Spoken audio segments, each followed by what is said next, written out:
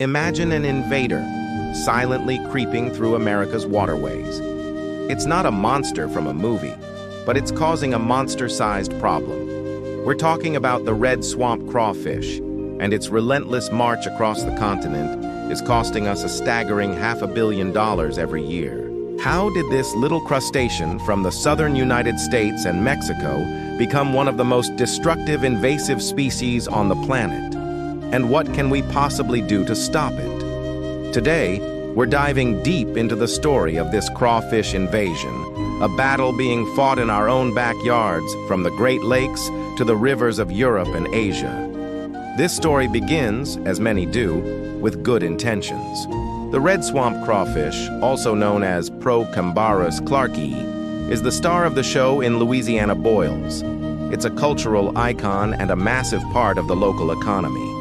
In the 1920s, people started farming them, and soon, their delicious taste made them famous worldwide.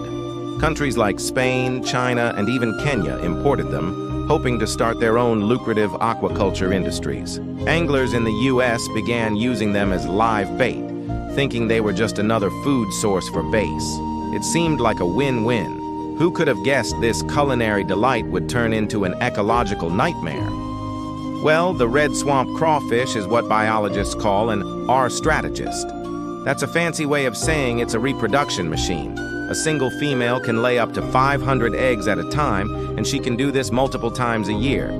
Unlike many native crawfish, they can tolerate a huge range of conditions, from polluted urban canals to pristine mountain streams. They're also incredibly aggressive.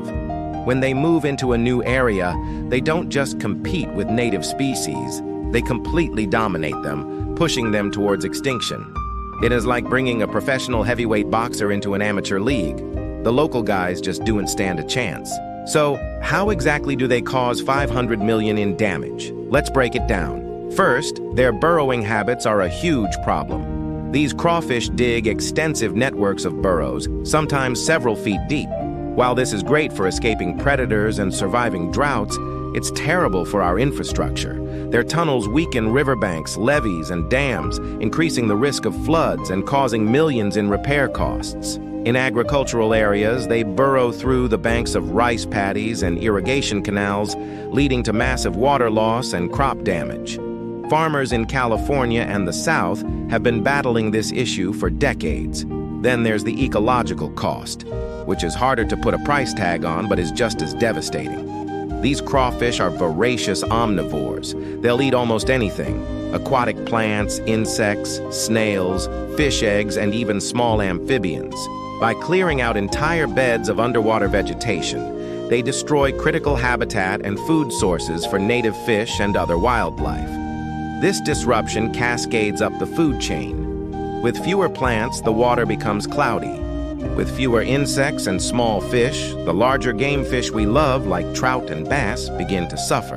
In places like Spain's Doñana National Park, a UNESCO World Heritage Site, the crawfish invasion has been linked to a severe decline in native birds and fish. Perhaps one of the most insidious impacts is the spread of disease. Red swamp crawfish are carriers of something called the crayfish plague. It's a water mold that is absolutely lethal to native crawfish species in North America and Europe, which have no natural immunity. The red swamp crawfish, however, is largely unaffected. So, as they expand their territory, they carry this plague with them, acting as a biological weapon that wipes out their competition. This is why we're seeing native crawfish populations plummet in regions like the Great Lakes, where the invaders have recently been detected. You might be thinking, can't we just fish them out or eat them? It's a great question, and people are certainly trying. In Louisiana, the commercial harvest is massive, but it barely makes a dent in the wild populations. In places like Germany and Spain, campaigns have been launched encouraging people to eat the invaders. Berlin even has an annual crawfish festival to do just that. While it raises awareness and provides a tasty meal, trapping and eating them isn't enough to control their population on a large scale.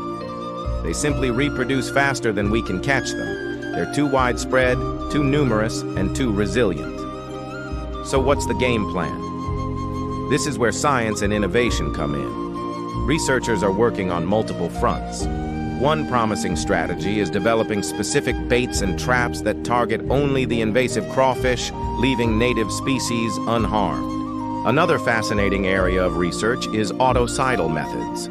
This involves capturing male crawfish, sterilizing them, and then releasing them back into the wild. These sterile males then compete with fertile males for mates, but their attempts at reproduction result in no offspring. Over time, this could theoretically cause the population to crash. It's a clever technique that has been used to control insect pests, and scientists are hopeful it could work for crawfish too. Public awareness is also a crucial weapon in this fight. The number one way these crawfish spread to new areas is, sadly, because of us. It happens when people dump their unwanted aquarium pets, when anglers release their unused live bait, or even when teachers release classroom specimens into a local pond. The message is simple. Never release any animal into the wild. A moment of convenience for you can trigger decades of ecological destruction.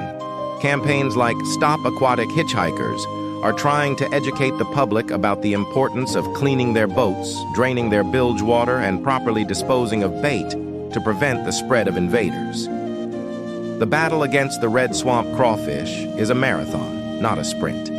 It's a complex problem with no easy solution, highlighting the delicate balance of our ecosystems and the unintended consequences of human actions.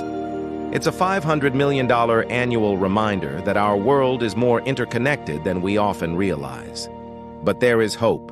Through dedicated research, smart management, and public cooperation, we can work to contain the spread, protect our native wildlife, and mitigate the damage. The war on this tiny monster is far from over, but it's a fight for our rivers, our wildlife, and our infrastructure that we absolutely have to win. Thank you so much for watching. What do you think is the best way to handle invasive species? Let me know your thoughts in the comments below. And if you found this video interesting, please give it a thumbs up and subscribe for more deep dives into our amazing and complex world.